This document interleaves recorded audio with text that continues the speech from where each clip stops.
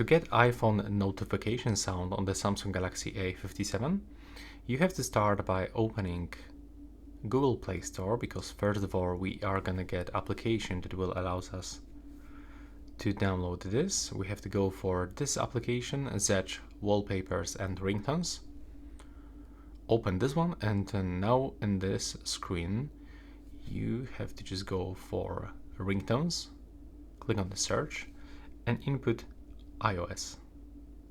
Switch to the notification sound and let's check, for example, this one.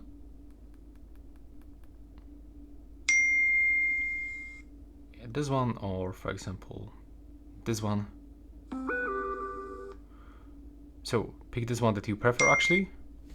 Click on this downloading button, wait for a loading, and you will find out that you can just download this into your media folder, or you can set this.